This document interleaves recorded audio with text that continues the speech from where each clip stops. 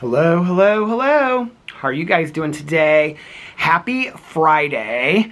It is a chilly, chilly Friday today. It has been very chilly all day today. You know what I just remembered? I just remembered that I wanted to do my Harvest Chili from Trader Joe's review today. I got rice to put it over the rice, and I was going to do the review. I was actually going to do the review yesterday, and I forgot, and then I was going to do the review today, and I forgot. I bought it twice now, and somebody let me know that just because it says it's expired doesn't necessarily mean it's expired, but that's just like the last day that the grocery stores have to sell it by, which I already knew, but I get kind of weird about eating food. I think because I eat so much cheese and stuff like that, and when cheese is expired, you don't want to eat it because it, can make you real sick and stuff like that.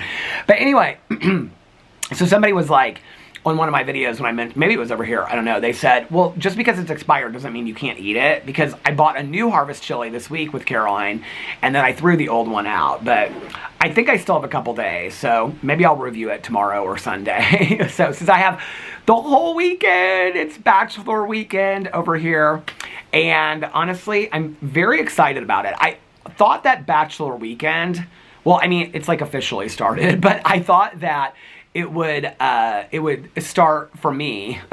Well, I mean, I'm a bachelor this weekend because Alex is at a bachelorette party. So what I mean by bachelor party, so for those of you that have just been around for the last, I don't know how long, on this vlog and haven't watched it from the very beginning, years and years and years ago, when Alex would go to like a music festival on the weekend, or he would go out of town to visit a friend or something like that, it would just be me here alone with our dogs, Pee-Pee, Boo, and Tucker. And so I don't even know how I started it, and I called it Bachelor Weekend. And so there was this song that I would sing. People every once in a while still bring it up to me. For a while, it made me really, really sad. It doesn't make me sad anymore because I have such fond memories of it. But there was this song that I came up with, and it's Pee-Pee and Peter's Bachelor Weekend, because Pee-Pee was our Chihuahua, was in a lot of my videos with me. So I would sing it, and it went, it's Pee-Pee and Peter's Bachelor Weekend. It's Pee-Pee and Peter's Bachelor Weekend. Don't worry about us, because we'll be just fine, because we've got Boo and Tucker too, or something like that. Anyway, and so whenever, it was like always a big deal when Alex would go out of town, because I'd be like, it's Bachelor Weekend, and all this kind of stuff. I think I may have had like a t-shirt and merch made like that said Bachelor Weekend or something, Pee-Pee and Peter's Bachelor Weekend or something years ago. I don't know. But anyway, people used to send me stuff all the time that had Pee-Pee and Peter's Bachelor Weekend on it and stuff like that. So this is the very first Bachelor Weekend since Otis and Walter have come to live with us. So yeah, so I was really excited about it because I was like, okay, I wasn't even sure, like, I knew that I had most of the day to film, except for that Alex said that he wasn't going to leave until like 3 or 3:30, and then it kept on kind of getting moved back. And so I was like, I wasn't like, at one point he was like, well, it might be like as late as 4:30 now. And then today it was like he had to go into the office for a little bit, so he had to get on. So last night he was packing his bags and stuff and getting everything ready.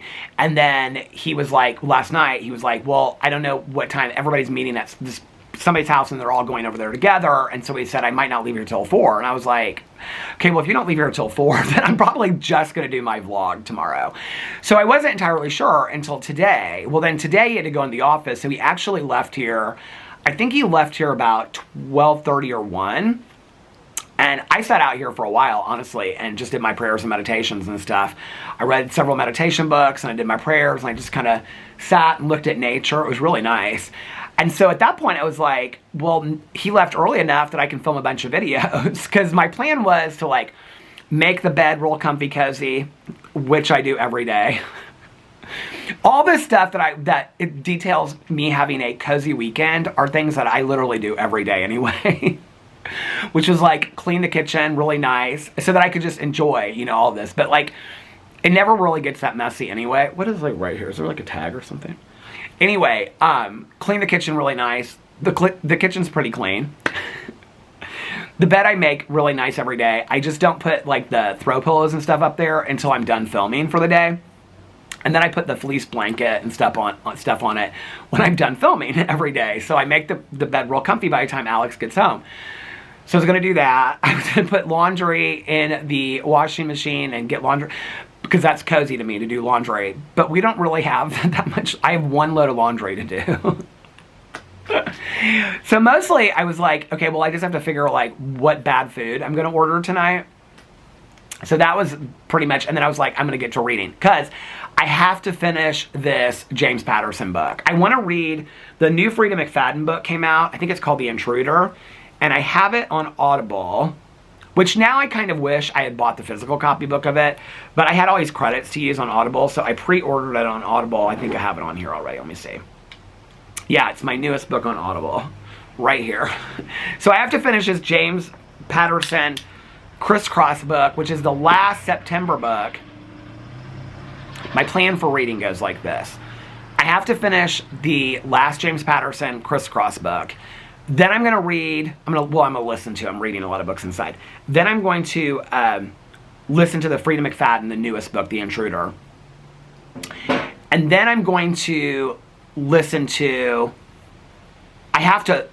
so for the Cozy Mystery Book Club that I started on my BookTube channel, we're reading all the Thursday Murder Club books by Richard Osman. And so I still have the second, third, fourth, and fifth book to read. So I have to read those in October, because I said we were reading all of them in September and October. So if I listen to one a week, I'll be fine getting those done by the end of October. And then I have to pick another cozy mystery series for November and December. I wanted to do something kind of holiday themed, even though I know not everybody celebrates the holidays, but I love cozy mysteries like that are like Christmas themed. So I wanted to pick a cozy mystery series, I think like 3 or 4 books that are holiday themed, but newer. The Jacqueline Frost ones are some of my favorite cozy mysteries of life, but I've read all of them except for the 5th book. So I was like, well, I don't want to pick that because I've already read the first 4. So I don't know what I'm going to pick. So I'm going to look into that a little bit this weekend. But anyway, I was like, somebody's getting a delivery over there. I was like, I have got to get the house cozified. I have to get it cozified. So anyway, today I was going to have Alex take me up the street to go get some like Duraflame starter logs and stuff like that. And I was going to get some firewood. We have some firewood in the garage. And I think we might have one like fire starter log if I want to start a fire in the fireplace. But then I was like, well, maybe I should wait until Alex is here to do that in case the fireplace isn't fixed. I mean, it is. So, but in case it isn't fixed, I don't want it to be like this smoking sensation. You know what I mean? Like smoke's billowing out and I've got the doors open and all that kind of stuff. So I don't know that I'm going to do a fire this weekend. I was planning on it, but then I kind of like thought myself out of it. So I don't know. We'll see. Hey, how are you? Good to see you. I just made a cup of coffee. Just put my coat on because it's chilly outside. So I have really done nothing to get the house cozified yet. Because then once I got started making videos, I was like, well, you've got all day and all night. I really did think that way. Because sometimes like when I pre-film videos, like before we're going on vacation, I forgot about this. This is why I'm getting started a little bit late. Because I thought they would be done by now, but somebody's getting construction done over there. So this has been going off and on all day long. So I was kind of trying to wait until it was later. It's not too bad. It's kind of, it's like the middle of the street. I don't even know what they're doing. But anyway. So like sometimes when I pre-film videos for vacation, like if we're leaving on like a Friday, I'll start pre-filming them earlier in the week. That coffee was hot. And then, if it's like a Wednesday and Alex is going out to dinner, sometimes I'll be like, oh, like I get done with my vlog and then I'll film like a Peterisms video or something that I can like pre-film to go ahead. So then I like sometimes work until like, 9 or 10 o'clock at night filming videos. And so today, when I started filming videos, I was like, oh, you have all day and all night. I was even thinking like I could pre-film videos for tomorrow, tonight. But I kind of just want to relax and enjoy this weekend. I have so many shows to watch. I have so many books to read. Like I said, I want to order some like, when I say bad food, I mean like really good food. but not healthy is what I mean by bad. But I want to order some bad food. I want to take a nap with the dogs. I want to take my walk tonight. I'm probably not going to take as long a walk tonight as I usually do. So But I do want to finish this James Patterson book so I can get into the Freedom McFadden book. My plan is to finish the James Patterson book tonight. And then hopefully start the Freedom McFadden book tonight. If not tonight, tomorrow. And then keep on reading and stuff, my physical copy books tonight. So I got a lot of stuff to do. So I was like, okay, well, I'll just film my vlog inside if it gets too dark or whatever. But I was like, I like to sit out here and just relax at the end of the day. Also, like, when I'm done vlogging, typically, unless I'm pre-filming videos for a vacation or whatever, like, when I'm done vlogging, like, I'm done for the day. Like, I have to still put up my drama video, but the other videos that I filmed. So I ended up filming today a drama video that was, like, almost an hour long. It was literally just a discussion of something I was thinking about, and then I looked into it a little bit. But it's, like, 56 minutes long. Which is why I didn't film as many videos as I thought I was going to. So I got that video done, and then I filmed. Well, I kind of hung out, to be honest with you, before I started filming for a little while. Like I said, I sat out here. Then I played inside with the dogs for a little bit. They are loving those bark box. So if you didn't watch my Peter Does Stuff video, was it yesterday? I did their very first bark box unboxing. They loved it. Well, not so much on video, but like the two toys they play with the most are this bat, whose name is Patricia. I said it to Alex last night, and he goes, did you name her that? Because he's like, that's a name you would come up with. And I was like, no, that was her name. Like, on the tag, it said, like, Patricia, but like, B-A-T, Patricia. They love Patricia. And then there's, like, this caramel apple, and, like, it comes out, and then you put it back in, and it's kind of like a puzzle thing. They love that. Otis is just, like, carrying the bottom part of it around. It's got crinkles in it, though. Anything with crinkles, he loves.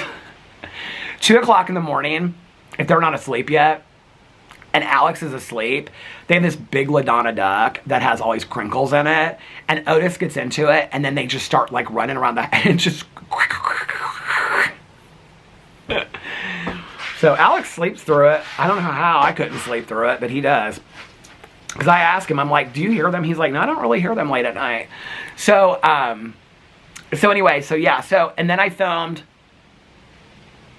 Well, I wanted to do another Peter Does Stuff video with them today, but I didn't get to that because it was getting later. And I was like, I just want to kind of like get to the point where I'm like enjoying my weekend, like watching shows and all that kind of stuff. So while I'm doing stuff inside, I'm going to put on a Halloween franchise movie. I think 4 or 5 I'm going to put on because those are some of my favorites. By the way, a couple people have mentioned this to me. I don't know if I said it on my review, but if you're watching all the Saw movies with me for my movie channel, like, they are all, I think, like, the first 5 or 6 are free on Tubi right now. Tubi's a free streaming app. So somebody mentioned that to me, and I already knew that, because I went in to start watching them, and I was like, oh, I think it's, like, maybe all of them, I don't know, but I think at least, like, the first 5 are on Tubi for free. That's actually where I watched the first one. So, I think it was. So yeah, so tonight I've got shows to watch, and I'm real excited about it. And it's like the perfect temperature for what I want. I'm gonna like open the back door just like a crack and stuff. Walter likes to, Otis doesn't really do it when I open the back door, but Walter will go over to the crack and he like puts his like nose up like against the screen. He like loves it. So I can't wait until our new door is in so that they can, like, we can have the screen door open all the way, and they can, like, you know, have the air and stuff like, but by then it'll be cold. It's the first week in November. They're coming out here to do it. I also was thinking about doing a live stream this weekend, and I was thinking about doing it on this channel if I do it. So I don't know if that's something that you guys would want. If I do it, it would be tomorrow night. And it's not going to be, like, 3 hours long. It would be, like, I would get on for, like, less than an hour. I'm thinking about doing that tomorrow night. So that's not confirmed. Tomorrow, I may wake up and be like, I just want to listen to audiobooks and read all day. I may not film anything tomorrow. I may film 8 videos tomorrow. I have no plans. So it just kind of really depends on how my day goes. But if that's something that enough people are like, yeah, I would like that, let me know. It would probably be, I don't know, later, between like 8 and 10 or something like that Eastern time if I did it. That's if I do it. I'm not making any promises. But I don't know if I've done a live stream over here. I feel like I probably have at some point, but I would still do my vlog tomorrow, but then I would do like a live stream, and then as soon as the live stream was done, I would post, that would be kind of a cute idea, wouldn't it? To do a live stream over here and then post my vlog as soon as it was done. Anyway, if that's something that any of you are interested in, let me know. I'd probably do it and like 5 people would show up. That'd be kind of how it goes for me, you know what I mean? So like, people are like, well, nobody asks me anymore, but back in the day, people would be like, would you do like a meet and greet and stuff? And I'm like, I would, but who would show up? I was like looking at some videos of mine. I don't know when this was. It was like the peak era of Dramageddon. I didn't even realize that some of my videos had gotten views like they did. I mean, I don't even remember that. Like, some of my videos were like regularly on my drama channel getting like 60 and 80,000 views. Like, I know that like on TikTok, people just like scroll that view. But like when you think about that, like I'm just this normal guy that sits like in the middle of Indiana, you know, like and just sits on my front porch and films videos or in my bedroom or whatever, you know? When you think about that fact that like 60,000 people, like that's so surreal to me. Like it is unbelievably surreal to me. And I know that there's YouTubers out there that have tens of millions of subscribers and every video they post gets hundreds of thousands, if not millions of views. Trust me, I understand that. But for me, this just like small town guy, like that is surreal to me that I ever even have a video out there. I mean, you know what? I don't think I've ever gone in.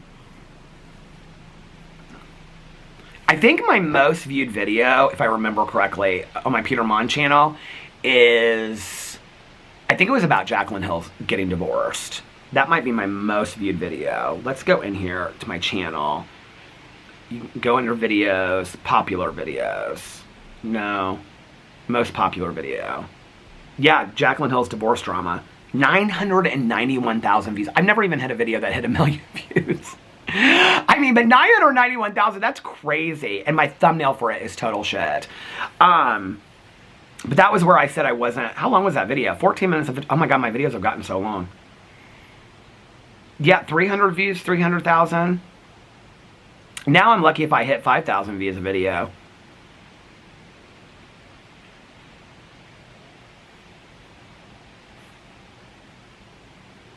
Crazy, they were all like 5, 7, 8 years ago.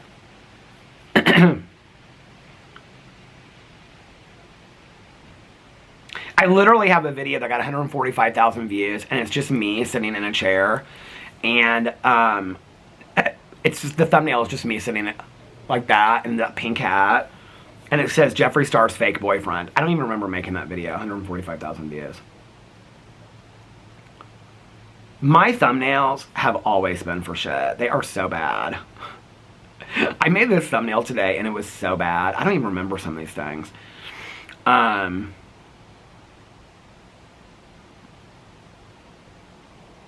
Oh my God, Marlena Stell talking about the beauty industry. I forgot all about that. Gabriel Zamora finally speaks his truth. I think that's the origination of the bye Toddy. No Toddy, no, no, no Toddy, no. I think that's the origination of that. I mean, I'm like literally, I did not realize. I thought I would look on here and it'd be like maybe 2 or 3 videos I got over 100,000. I have quite a few. That really surprises me. I never had any idea that I got views like that back in the day. Never. Yeah, let's look now. On that channel. 4.3, 6.2, 3,000. That was on my Welcome to Plathville. Well, I really fucked my channel. I really fucked that channel. I don't really cuss over here much, do I? I really fucked that channel, though, didn't I, by doing reality TV drama. Oh, well. It's fun. It's fun. I'm having a good time. Okay, so anyway, people really like the beauty influencer drama, so I'm trying to kind of get back into that a little bit. But when I look at that, I think that's crazy, you know, that like, I don't know, it's surreal to me. There's that many people out there that have any clue that have ever even watched 2 seconds of me talking on, you know. I remember on my BookTube channel, because that was the channel that I started posting on consistently in 2016. I can remember when I hit 1,000 subscribers, and I literally think I was like crying on video and stuff. Because I was like, I mean, I graduated with like 670 people. And I remember thinking, it's weird moments like this when people ask me like, what were like big moments on YouTube for you? I think what people probably think were the big moments for me were not what the big moments were. Like meeting some of the people and stuff like that was really cool. But in all honesty, I mean, I had met bigger and more famous celebrities in my life. You know what I mean? Like, and I think at some point, you just realize that people are people. You know what I mean? Like, that we're all just kind of like, we're born, we live, we die. That nobody's any more special than somebody else because of, I mean, there's still people that I think are really cool. But I think a lot about that, like if I met Stevie Nicks, like I'm so enamored with her music and stuff, but at the end of the day, like she's just a human being. I don't think I would fawn over any of my celebrity people the way that I think I would have years ago, that I probably would have years ago, you know? I mean, I think if I met Stevie, I'd probably just go up to her and be like, oh my God, like I'm such a huge, I love your music so much. Like it's really affected my life. But I think like then I would yearn for just a very like honest like authentic conversation with her. Just like, you know, like, I mean, if I were ever able to have that, I'm just like dreaming, right? Like, I don't think I'd be like, oh my God, I'm fating a million fates. It's Stevie Nicks. I don't think I would be like that today. I don't, like if I just ran into her, we were like sitting next to each other on a plane or something like that, and she was talkative to me, I think I'd be like, well, I'm a question asker, so I would probably ask a lot of questions. You know, like, is there some song that you don't really talk about much that is like, you know, if she were willing to have that conversation, you know, like maybe she just would put it on her AirPods and be like, shut up. But, you know, I'd probably ask a lot of questions. Like, is there some song that like somebody else covered that you wish you had sang? Or is there, do you have a favorite that's not really anybody else's favorites? Or, you know, whatever. I don't know. I just like, I feel like at this point I met, you know, I have met in my life so many people. Like I think about being in recovery, right? And I think about, like my sponsor that passed away, the sponsor that I had for the longest period of my life. Well, now I think he's second to my sponsor that I have now. I think I've had her the longest in my life.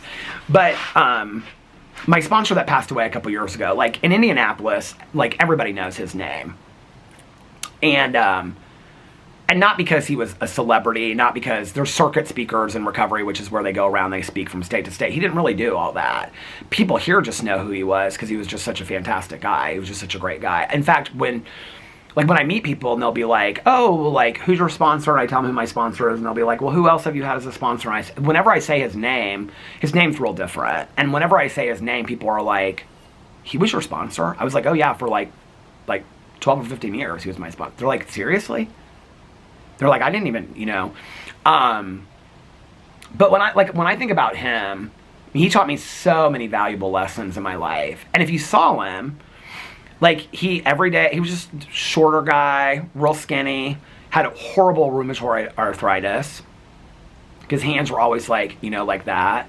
And real raspy voice, you know. Smoked a lot. Until the very end, I think he smoked a lot. And kind of looked like a truck driver, you know, always wear a trucker hat. One of the favorite things he ever said was when he first got sober, he would always wear a hat. And when we close, we do, you know, the Lord's Prayer typically. And he was in the circle and somebody took his hat off and threw it on the ground and said, it's disrespectful for you to wear your hat when we're saying the Lord's Prayer. And my sponsor picked up his hat and put it on and said, my God doesn't care if I wear a hat. And I can remember him, like, it was things like that he would teach me, you know, or he would say to me, you know, I notice that when you walk into a room, you always, your eyes are on the ground. I still have that problem today. And he'd go like this, and he'd say, when you walk into a room, you're a person of character today. You hold your head up high. You be proud of yourself. You're a person of character today. But all the things that he taught me, my other sponsor, they both died the same year. Two of my sponsors died in the same year, and they were friends with each other. They were good friends with each other. And, you know, and I think about both of them, and they were just very, very humble men. And, I mean, I say that people knew him in Indianapolis, knew both of them. Well, they did, because in recovery, they knew them. My one sponsor that passed second, he had been sober. He was sober 2 years more than I had been sober. Maybe 3. My other sponsor when he passed had been 42 years sober. 41 or 42 years sober. I mean, he knew a lot of people here in town. He went to a lot of different meetings and stuff like that. He ran one of the clubhouses. There's 12-step clubhouses. And he ran one of them for like 20 years he ran it. So, I mean, he was in and out of 3 meetings a day. I mean, people knew him. But I don't mean famous like he was a celebrity. And he would have hated that. If anybody would say like he would have hated that. They were just really humble men. And when I think about, but not even just them, like, I have met so many people in recovery that have profoundly changed my life just by maybe sharing a story with me or smiling at me on a day that I'm having not a great day, or just texting me or calling me and checking up on me, or I'll do the same with them. And you know that most people throughout, I mean, they might not even know that many people. Nobody will really, know who they are, but they in some way profoundly impacted me. I don't know, like, recovery for me has really changed. I think especially in the last couple years, I think especially since the accident, my perspective on a lot of that has changed. I just think like, yeah, there are actors, there are musicians that I love and stuff like that. But at the end of the day, we're just humans and we all share this human experience, That sponsor that I talked about, he would say to me, we're all spiritual beings sharing a human experience. And I believe that. And I don't think that any one person is better than the rest. It's like, I remember when the year that Schindler's List won Best Picture, and that same year a documentary won, and it was about the camps. And the woman who is interviewed through the entire documentary, it won like Best Documentary, she was one of the only survivors. And in her speech, the director, I've talked about this so many times through the years in this vlog, but the director gave her the Oscar to accept. And she said, for the last 50 years, I've woken up every single day and I've asked myself, why me? Like, why is she still here? Like, why me? I am no different. And I think about that a lot. Like, I think about the idea of arrogance, ego, and pride, and that a little, nudge into the wrong direction can make us think that we're a little bit more important, or we have more to offer, or our life is more valuable than somebody else's, or that our voice is more valuable or more important than somebody else's. And none of that's true, there are people out there that are doing 100,000 times more important things than me. Teachers, for one, there are so many people out there that I don't really consider what I do important. I don't. I think I try to offer an escape for people and entertainment. And at the end of the day, but I don't really feel like I'm offering a kind of service or anything like that. I think that might be one of the misconceptions about like my drama channel, is that people think that like I'm out trying to change people's minds. It really is, for me, it's always started and always been about entertainment. Depending on what I'm talking about, sometimes it gets very, very serious. I think it's important to have those conversations on that channel. But by and large, I just like to have fun and entertain. It's why I have the review videos and the TV videos and stuff like that. But I don't think what I do at all is important. I think I'm pretty right-sized about what I do. I know that I just throw up a camera and I make videos and they're not edited. And I know what I'm doing. I know that what I'm doing doesn't take grand talent. I get that, you know what I mean? And there are so many people out there, nurses and doctors and teachers and, so many people out there that are in the service that are, I don't know, I think,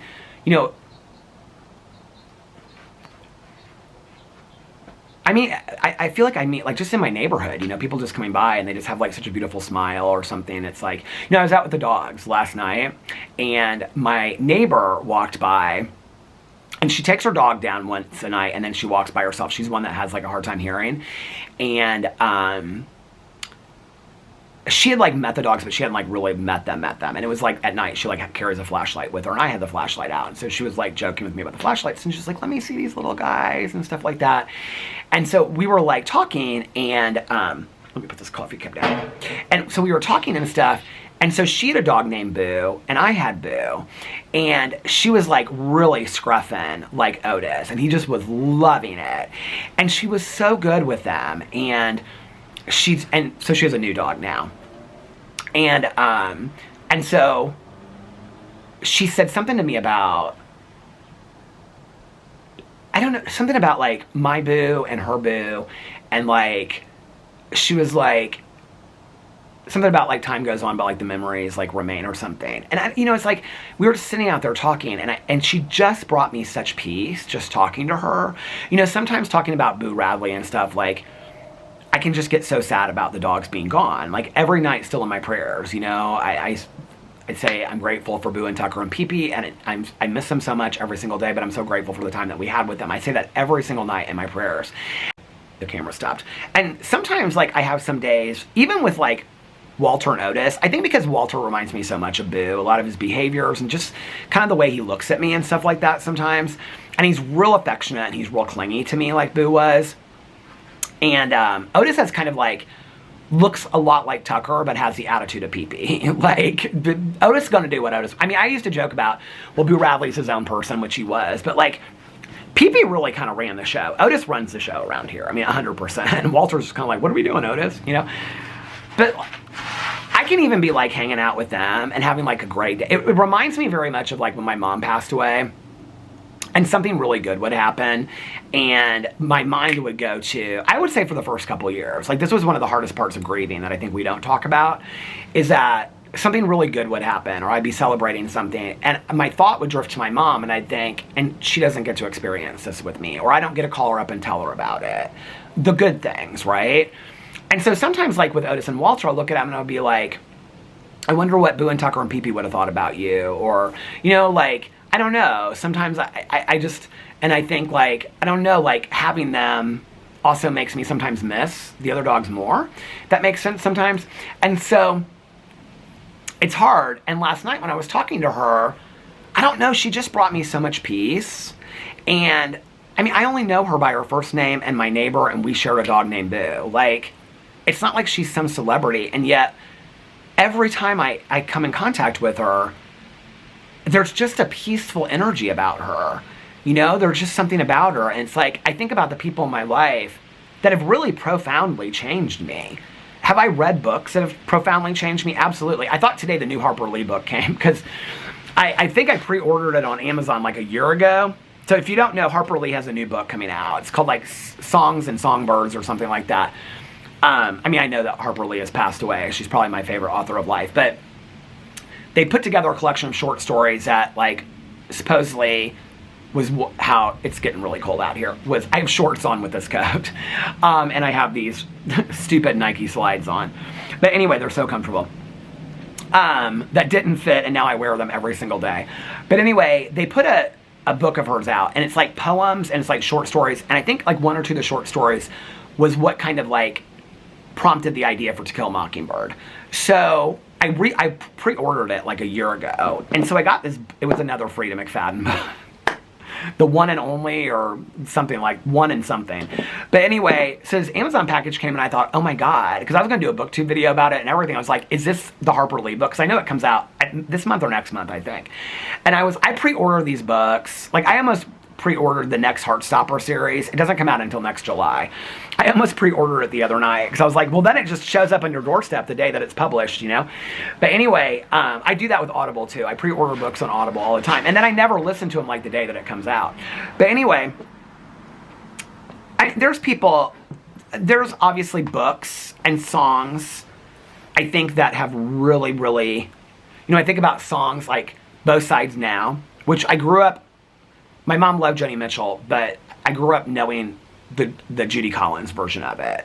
Today, I prefer the live version with Joni Mitchell. It's very haunting, and I love it. But Both Sides Now is probably the song that has carried with me my entire life, that has changed me. Hey, how are you? That has, I think, like when I listen to this song, like, I'll tell you the other version of it I love, is she sings it for her audition in Coda. If you've never seen the movie Coda, it's fantastic. It's one of my favorite movies of life. And she signs it for her parents. It's such, if you've never seen the movie, just look up the scene. Look up Coda, Both Sides Now scene on YouTube. It's just such a cool scene. And I love her version of it. But anyway, I feel like my shorts are like hiking up. Hold on. So anyway, I got this pillow turned this sideways because I gotta change these pillows out here. That was the other thing I wanted to do, was put my wreath and everything out here. That was the Peter Does Stuff video I was gonna do, putting all my fall stuff out here. Well, I didn't do that. Maybe tomorrow. So anyway, they got ghosties and all kinds of stuff down here. Everybody's got their Halloween decorations up. Here we are about 3 weeks away from Halloween. Not sooner than that now, probably, right? But anyway. Oh, here comes Laura. She have her weighted, she's got something around her waist. Looks like she's walking her dog. She's got her big headphones on. She must have walked that way, left that way. She's coming back this way. She listens to podcasts while she walks. The reason I haven't finished a James Patterson book is because I've been listening to a lot of music when I walk. I'm just not into this. If I can get into a book while I'm walking, I can finish a book while I'm walking.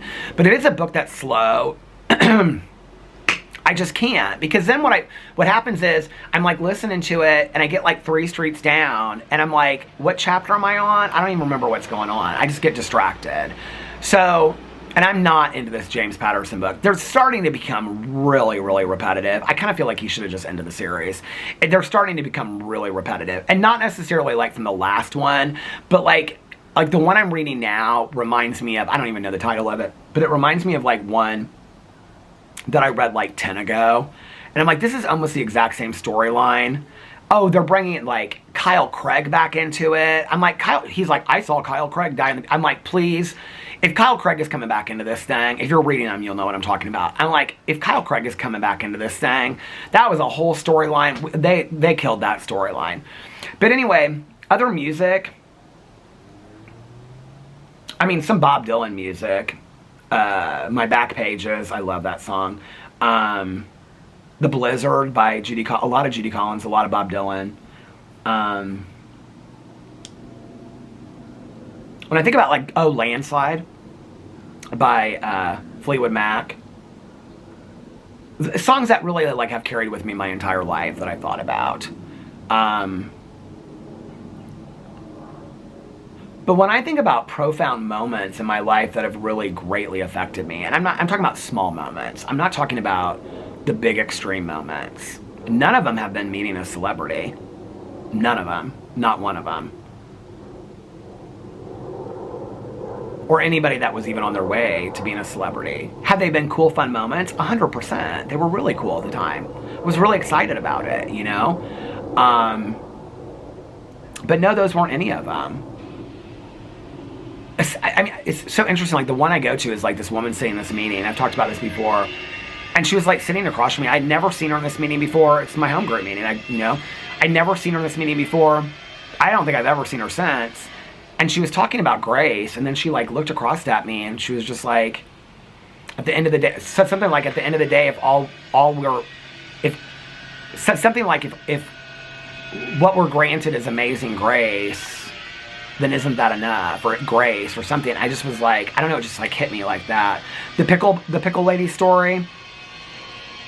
Who is like seriously doing construction out here at almost 7 o'clock on a Friday? More power to them, but I was talking to some of my neighbors about the construction going on over there, which is almost done. And they were like, and I said something about, well, they don't go too late. And they were like, they go late. They go, and I didn't want to say anything like, oh, Laura and I saw them out there at 2 o'clock in the morning, but they do go really, really late. Like, really late. Where did Laura go? She didn't come by here. Like, there's a noise ordinance and stuff in this neighborhood. Like, you can't, like Laura has, like, one party a year for her birthday. And, like, she tells everybody that she's having it. People are going to be parking there and stuff like that. She's really great about it.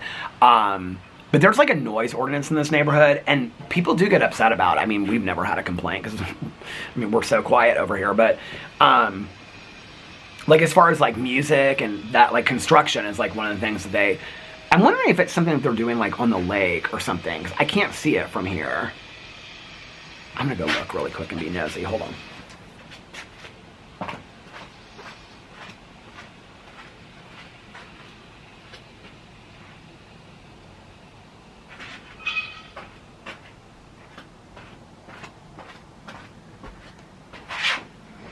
It's something at this condo that's right over here on the corner of the lake, and it's something in the garage. There's like a work truck out there. They're doing something. I have a feeling it's like something that has to be done, like a gas line or something like that. Doesn't it kind of sound like that to you?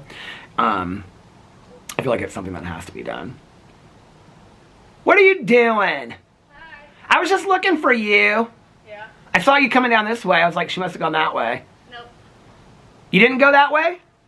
No, we walked around the loop, the little cul-de-sac thing. Oh, okay. How are you? I'm good. Where's your weighted vest? I just can't. I just can't. Stop. She's so excited. Yeah, we gotta go play some fetch or something. We get it all out. I haven't been walking by that way. Did you go by the pool? Yeah. Have they got the tarp on it yet? No. I'm pretty sure there's still water in there too. Good thing that, well, apparently I've been told they'll always keep water in there, but at the bottom. Oh. Huh. Good thing that, have they taken the ladders out yet? I don't think they've done anything. Besides, like, move the chairs. Good thing they closed it down on September 1st. Well, you still got your lawn chair out there in case you want to lay out tomorrow. Okay. Is it supposed to be nice? No, I'm joking. It's supposed to be like 71. Not firing on all cylinders today. Have a good one. I like your shoes. Those are cute. She had these like, I love like that gum, you know, like color on the bottom of sneakers. And she has like these white shoes that are like, maybe like Vans or something like that. I was joking with her because she has this, do you guys remember those old school ones? I think we still have one in the garage. It was my mom's.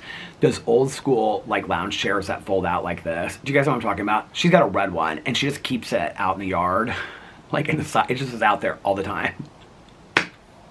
Then she's got her swing chair folded up against the side of the building.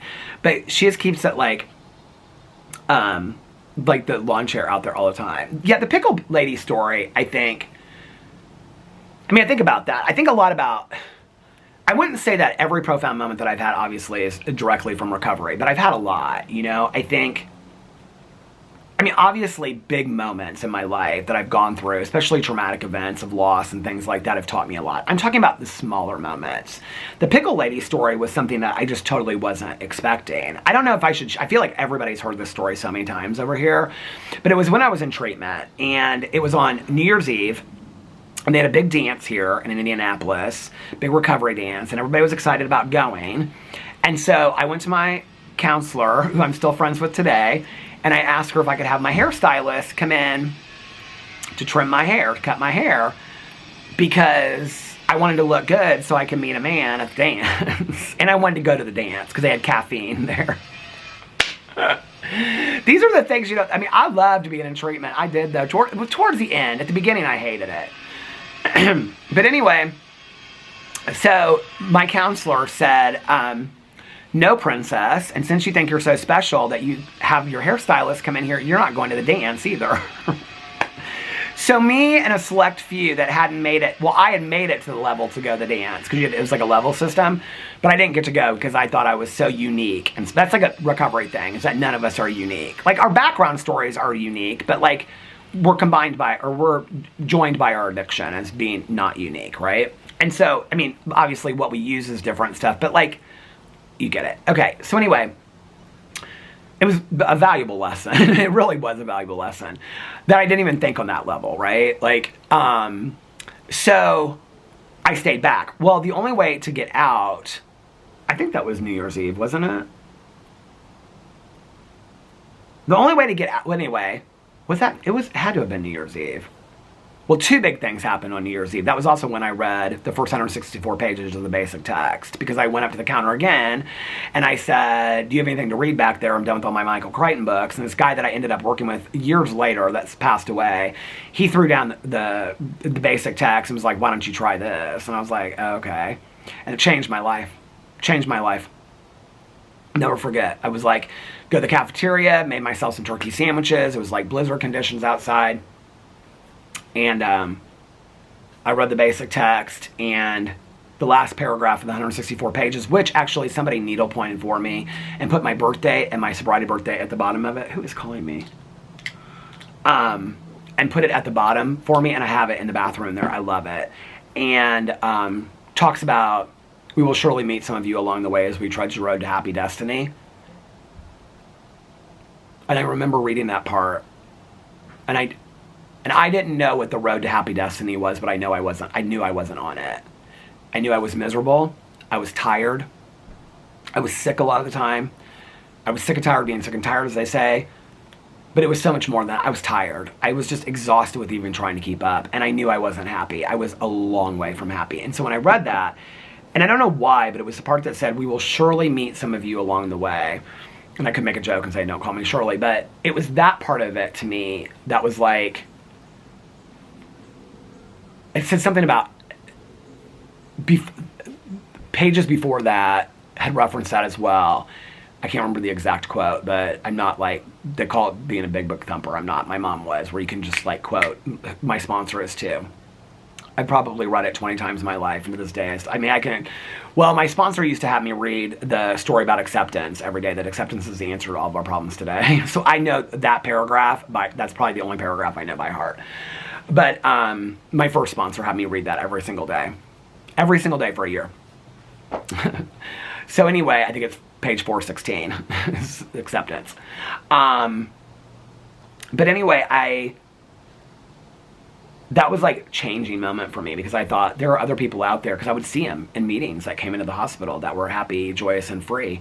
And I thought, they're happy and they're living good lives, and I'm not, and I'm choosing not to live a good life. The pickle lady story was, I went to this meeting, and basically, because I was out of cigarettes, and the only way to get cigarettes was they would stop at like gas stations and fast food and stuff like that on the way home if you wanted to, if you had any money and you wanted to get anything. And so I was like, this is my only way to get cigarettes. And my friend was bringing me cigarettes. So my friend, I feel like the pickle lady story, now I don't know why I can't remember if it happened on New Year's or not, but so my friend that was bringing me stuff in there, her sobriety birthday, it's actually January 1st. And she called me on New Year's Eve drunk in treatment. And I said, you do realize I'm in treatment? And then the next day she got sober. And we went to a lot of meetings together until she moved away to go to graduate school. She went and got her MBA probably a year later. If it weren't for her, I wouldn't be sitting here right now. I mean, we went to so many meetings that first year together. I went to a lot of meetings by myself too, and I felt very, very alone because she had a heavy work schedule. So she couldn't, and she didn't go to treatment. She just went to meetings like my mom did. But the weather was so bad that people couldn't like bring me stuff. And so I was like, okay. And so they were taking a van of people to a meeting, and it was this church basement. I actually just passed it with Caroline the other day. I always think, hey, how are you? You going for your evening walk? Yeah. Enjoy it. So, when I got sober, church, like, we don't smoke in meetings anymore, but they were always in church basements. People always smoked. I went to one that was in a funeral home that we smoked. It was right up the street. And loved that meeting so much. It was on a Wednesday night. And but I mean, like every meeting that we went to, there was always like smoke. People smoked. And it was heavy smoke. Heavy smoke. I mean, there would be like, and you drank coffee not out of styrofoam cups. Well, some meetings you did, but a lot of meetings that you went to, well, it's the difference between like a group. There's a lot of difference between a group and a meeting. I know how to explain it. Well, I don't want to get into all it. I know how to explain it, but it's kind of a long thing. So anyway, but like a lot of times groups, like my home group, would have like regular coffee mugs that you washed out, and they would have ashtrays. And so like your job would be to like wash out the cups and the ashtrays. And then it's so bizarre to me that we had like ashtrays in meetings, and we would sit there in union halls. And I went to a lot of meetings in union halls and church basements. So this church basement, it's this huge church in Carmel, Indiana. And went to the basement. My mom used to go to this meeting too. I didn't go to this meeting when I got out, but she went to it for a long time. It was a speaker meeting. And so there was this woman speaking, and she had this big jar of pickles. And she was like this older woman. And she just stood up there at this podium with this big jar of pickles. And I remember sitting in the very back, and there's kind of a funny story with candy, because they used to always bring like candy at this meeting and have like little miniature candy bars like Snickers and stuff like that. And so when I was going to that meeting, I did go to that meeting for a while afterwards, actually. It was when my mom started going to that meeting that I stopped going to that meeting, I think, because they said something to me about the candy bars. I've told this story so many times in meetings. God, this is like 30 years ago. The one woman said something to me about, she said, how did she say it? Now I can't remember. Something about like, this is your job. Like, do you have a job or something? I was like, no. And she was like, okay, from now on you got to bring the candy for the meeting. And so I did. Like every week I would like buy a bag of candy and like take it to this meeting, because I can remember like I had no cash ever at that time. And so I would like have to like at the grocery store, my dad would take me to the grocery store, and so I would like buy this bag of candy and then I would take it there. And I remember like it was like 2 months later or something, the same woman that told me that that was my job was like, I love that they put candy out on the table. Who does that? And I was like, you told me that was my job. You just do what you're told in recovery. You don't ask questions. I ask a lot of questions of my sponsor, but in meetings I did, and I shut my mouth. I was like, early on, they said to me, shut your mouth and open your ears. You have nothing to share. You don't know anything. You just need to just listen. Because I would always start saying stuff that I thought was like, sounded good. Don't waste your time doing that. Just listen. Take it all in from the old timers. They know what they're talking about most of the time. Most of the time. Unless you have a burning desire and need to share something, then get it out, you know? But a lot of the meetings I was going to, there was a lot of old timers, and I really just needed to listen to what they had to say. But anyway, the pickle lady story. So I'm at this meeting. It's a speaker meeting. I'm almost positive it was New Year's.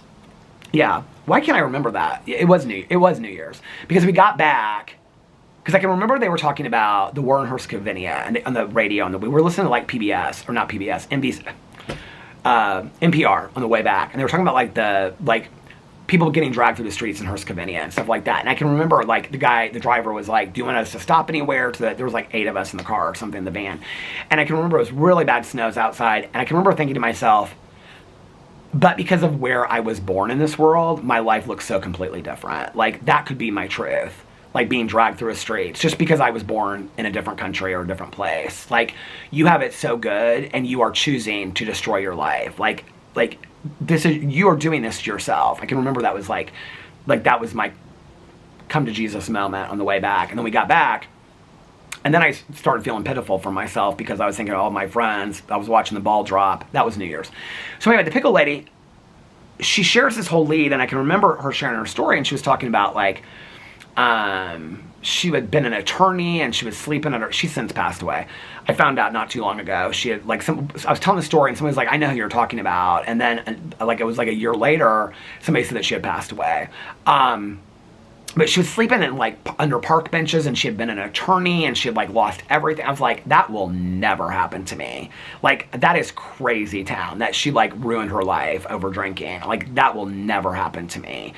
And I'll never forget, it was like this big, you like came down the stairs in the basement, and then it opened in this area of all these round tables, and she's sitting in the corner and I'm sitting in the back, and she's looking at everybody talking like this, and then all of a sudden she goes, and that's why every time I speak, and she looked right at me, literally right at me. She put her hand on top of the jar of this huge pickles, and she goes, that's why every time I speak, I bring this jar of pickles, because I have to remind myself that I used to be a cucumber, but now I'm a pickle. And once you get pickled, you can never go back. And I remember thinking to myself, you are so fucked. Like, you're a pickle.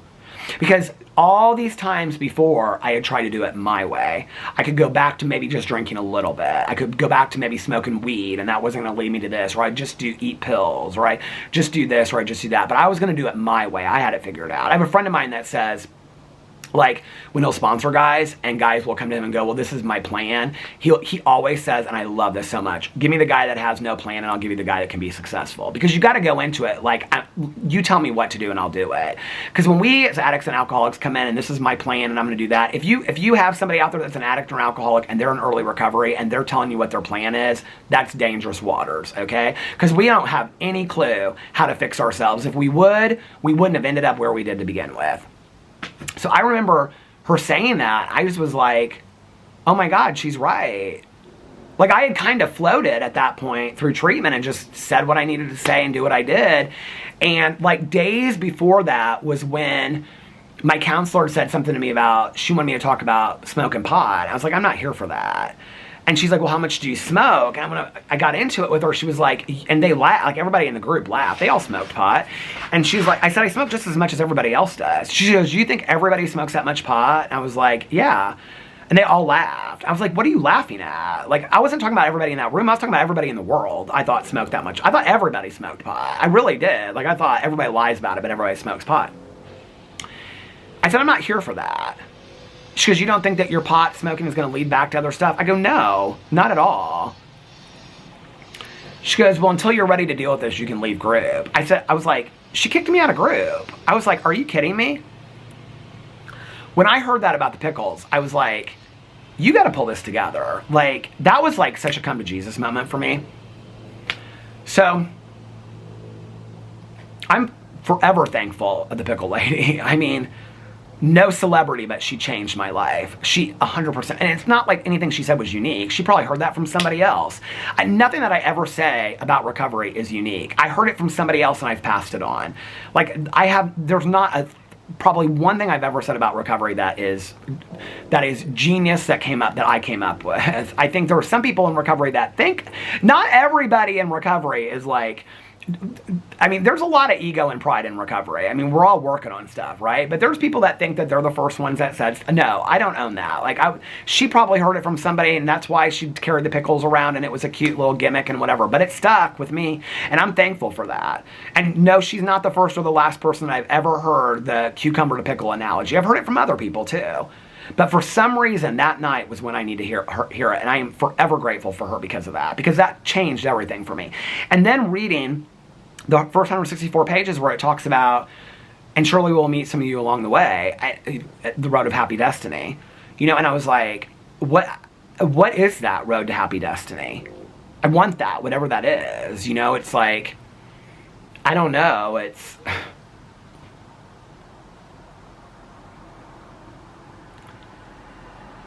So no, I'm not moved much these days by celebrities or famous people. And honestly, I don't envy their lives, because I think that... Do you remember there was a movie back in the day called Rich and Famous? And it was like one of these two friends, battery just went to the halfway mark. Two friends, and one of them ended up being really rich, and the other one ended up being really famous. I can't remember for what. It was two women. And I can remember my friend and I, we used to talk about that, like which would be one. I always said I'd just rather be rich. I never have to worry about any of it. I would. I'd rather be like a rich recluse that nobody knows who you know what I mean? Like, and you just never have to worry about. Like, money to me equals safety and stability, honest to God. Like, it's not always about having the best of everything, you know? But I wouldn't want what a lot of these people, I mean, like Taylor Swift, a lot of her, I haven't listened to her new album, so I can't speak to Life of a Showgirl, but I haven't even listened to all of Lady Gaga's newest album, but a lot of Taylor Swift's music has really, I would say on the level of like Stevie Nicks, has really affected, it really has. I never thought that I would say that, but like Stevie Nicks can't, or Taylor Swift can't move without somebody taking a picture of her. I mean, I wouldn't want that life, you know? I don't know. So I don't envy it a lot. I mean, I envy her talent, and I think she's really positively affecting a lot of people. It's interesting to me. A lot of people don't like Taylor Swift just because it's trendy to not like Taylor Swift. I don't really understand that.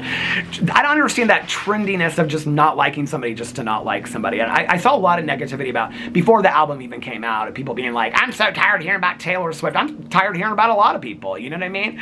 But that doesn't mean, like, why would we, like, not, I mean, congratulations to somebody being sick. Why are we always have to take down people that are successful? You know what I mean? I don't get it, but I think the moments in my life that I look at that I've learned the most, or I've had the most profound impact from, you know, some of it, a lot of it's from my dogs. Honestly, like, I can remember after PP got diagnosed with heart disease, that was the moment that I was like, I'm going to let him walk around the yard as much as he wants to walk around. You know, and now that's gone all these years later to, like, if Walter and Otis are just sitting in the grass, and I feel like I got stuff to do, but they're just sitting there and they're like looking around. Why not sit out? What's 5 more minutes for these little guys, you know? And then that slows me down, and I think, why are you hurrying so much through life? What do you have to do that is so important? I'm not talking about because I got a doctor's appointment to get to and a half. I'm not talking about that. I'm talking about because I got to get inside to, you know, clean something up or upload this video. That video can wait a half an hour. Like, what am I in such a hurry for? I think we live a life of being in a hurry. The reading books, the leash training and walking the dogs, and the taking my walks has really slowed my mind down. It really, really has. I think maybe we would be better off in this world if we stopped listening to people who we think are important and started listening to people that we take for granted because they're just around us every single day. Sometimes those are the wisest people I know, you know? When I look back on my life and little things my grandma said, I mean, she wasn't too wise, she got herself into prison, but no, little things that she said, you know, to me, or, you know, she'd say to me back in the day, I'd look out the window for my mom, and she'd say, a watch pot never boils, you know, and I can remember thinking that, and, you know, things my Aunt Kathy said to me. My Aunt Kathy just, she loved making things look pretty for holidays and dinners looking pretty. And I think just the extra effort she did that. Like, I remember that about my Aunt Kathy, and it made dinner so much more special, you know? Or my mom dancing to like some of her favorite music, you know, not always just being in a rush and not always I don't know, just listening to maybe people that we wouldn't normally listen to. You know, it's like the lady that I didn't even know that she had been a judge for the ACLU, and sitting up there at the Eclipse, and she's sharing these stories, and I thought, God, I love this woman, you know? I didn't know anything about her. I didn't know who she was, and she passes away, and it's like, I'll forever remember that day at the Eclipse. The camera stopped. So I don't know. It's not to say there aren't some people that I would love to meet, like the question of like if you could meet anybody dead or alive. Oh, there's several people out there I would love to meet, you know, and have dinner with. And I still love the idea of celebrity, and I still get excited about all that. You know, I mean, I do, you know? I'm not going to act like I don't, but I think at the end of the day, I've realized, but we're all just human beings. We really are. And I think I wish along the way, along the way, I would have listened to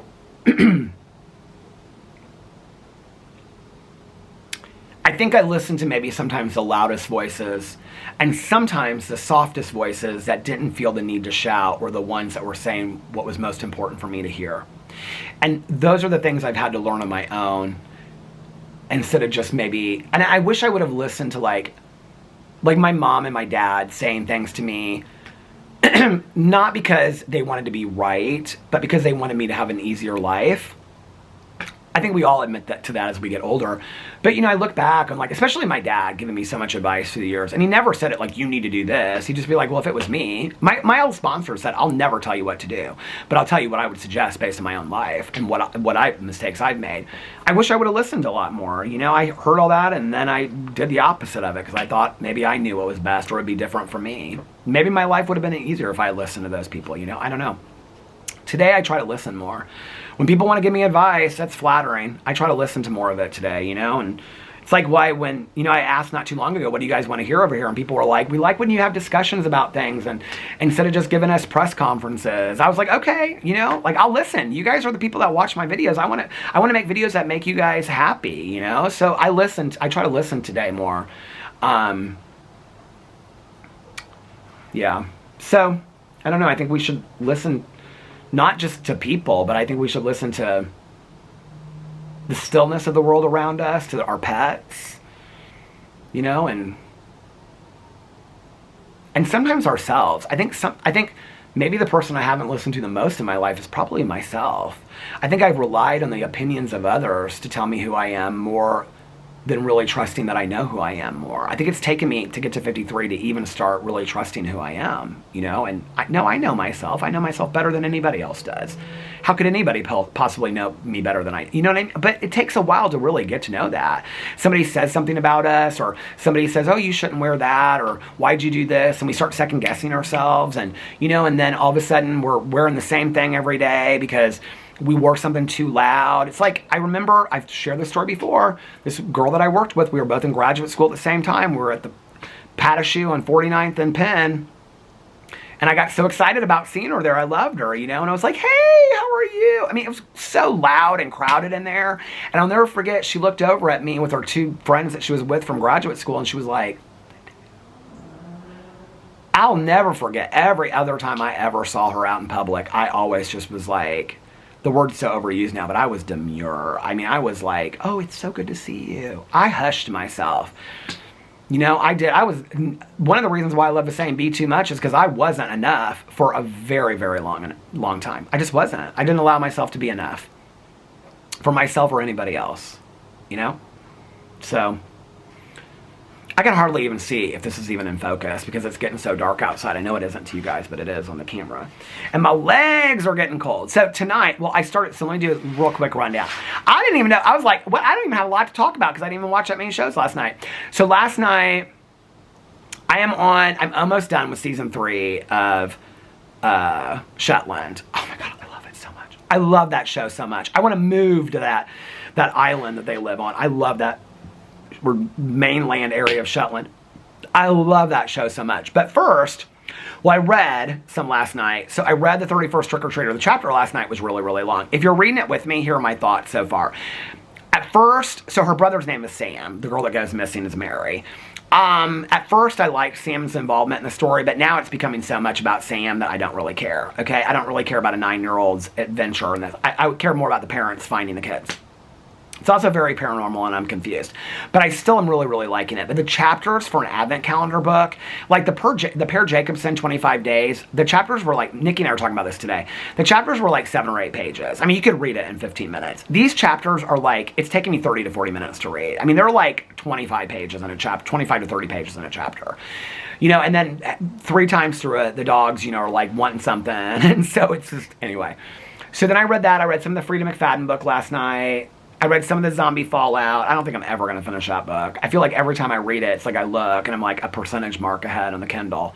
What else did I read? I read something else last night. Oh, that new book that I started about them all going to the movie theater. I like that. I really do like that. So I'm going to read a lot of that tonight because it's spooky. Then I was like looking through my list of like new stuff that was coming out. There's some new true crime documentary coming out on, it may come out tonight, on HBO Max called The Alabama Solution. It wasn't out last night. And there was something else I wanted to watch. Okay, somebody asked me about, I'll watch it probably this weekend, The Girl in Cabin 10 or whatever. It was based on the book by Ruth Ware. I read the book years ago. If you ever saw me review that book, people have said for years I need to go back and read Ruth Ware. I thought the book pissed me off, honestly. I thought it was like one of those trick books. It's one of the reasons why I haven't watched We Were Liars yet, which was based on the E. Lockhart book, which John Green said was the best book that came out that year. It's another one of those trick books where in the last 3 pages, there's some secret that comes out that's like, oh, this is how it is. I don't want to ruin We Were Liars for anybody, but like if you read the, I don't know if the TV show is exactly like the book, but in the last like 3 pages or 2 pages of the book, you find out something that's like, it changes everything. And I'm like, I literally read 400 pages of the book. Women in Cabin 10 does that too. And there's a lot of stuff that just didn't make sense to me. Like she tries on, like there's this girl on the boat. She's like, can I borrow your eyeliner? I don't know, that bothered me for some reason. And my friends don't share, maybe other stuff, but I don't know why that bothered me. Why do I remember that from the book? But I did not like The Woman in Cabin 10. So I'll watch them. I'll probably love the movie and then be like, oh my God, I'm so into Ruth Ware now. Listen, my mood changes about what books and movies I like. But somebody asked me to watch that. And then True Haunting was on my list too. And it had been out for a couple days already. So it's 5 episodes. They're about 35, I think, minutes, maybe longer, 40 minutes. 30. The first 2 are 35. It's, I think, 2 different stories based on true paranormal hauntings. The first one's about this guy. His name is Chris, and he went to Genoa College in upstate New York, I think, in like the 80s, and he was like possessed. I watched the first 2 episodes last night. It reminds me of the Netflix's version of Unsolved Mysteries. I like it. I don't think it's super scary. I actually really like the interviews with because it shows a lot of flashbacks, and it's like, well, first of all, the actor that plays Chris and what Chris looked like in real life are like, other than the curly hair, or I mean, the actor's like 6'5", and Chris in real life looks like he was like 5'2". But it does these flashback scenes of them like drinking in the dorm rooms and stuff like that. I love all that. It reminds me of like watching like, you know, the sleepaway camps and Friday the 13th movies and stuff like that. But it's a lot of dramatization. I don't mind it. I just don't think it's super, super scary. I don't know. I'm going to watch it tonight. Ask me tomorrow. But I don't think it's super, super scary. But I watched the first 2 episodes of that last night, and then I was like, okay, I'll save the rest of it for tomorrow night. So I'll probably finish it tonight and do my reaction to it tomorrow. Maybe I'll watch The Woman in Cabin 10 tonight too. I don't know. And then I am going to... There was some other movie that came out that I wanted to watch. And then I'm also going to watch Shetland and try to finish season 3. I literally could watch nothing else but Shetland. Oh, I still haven't watched Amazing Race and Survivor either. So after I take my walk when I'm eating tonight, I'll watch one of the 2 of those. And then the little guys and I are going to take a nap. And then they like to play. So they'll play after that while I'm watching shows. And yeah, it's going to be a real cozy night. I'm real excited about it. Alex has been sending me pictures. You want to see? Well, they should probably be getting to dinner right now. Hold on a second. But he's been sending... So they got an Airbnb on the lake. So the whole thing is all like, what do you call it? It's all this like Mexican dinner themed and stuff like that. So here is my husband on the lake, and he has like this little sombrero hat on. And then this is him with these glasses that they got that have little mustaches on. He has a different little hat on for that one. So he's been sending me pictures all day long. So anyway, and then he sent me this thing that says, the more, he sent me this off of Instagram, the more you love someone, the sleepier you feel around them. Anyway, so he's having a good time. And I'm done with all I gotta do is post my, well, upload this, get this rendered, and then post my drama video. And then it's cozy time. It's cozy time. I haven't heard them inside the whole time, so they probably slept this whole time. So I'm gonna get off here now and go hang out with the little guys and get the videos up. And then I'll probably take a shorter walk tonight. So anyway, let me know what you guys are doing this weekend. Like I said, tomorrow I may wake up and film 8 videos. I may just do my vlog. I have no idea yet. I may pre-film videos for Sunday. I don't know. We'll see. I'm just going to play it by ear. But tonight, it's cozy, spooky season. I'm so excited. Anyway, it's Bachelor Weekend. Alex said I need a new song, but I can't think of a new song. Anyway, I hope you guys are having a magically amazing Friday and a fantastic beginning to your weekend. If nobody else has told... Fantastic. Oh no. I hope you guys are having a magically amazing Friday. Did I say that? Magically amazing Friday and a fantastic beginning to your weekend. And if nobody else has told you this today, I love you guys and I'll see you tomorrow. Bye. Love ya.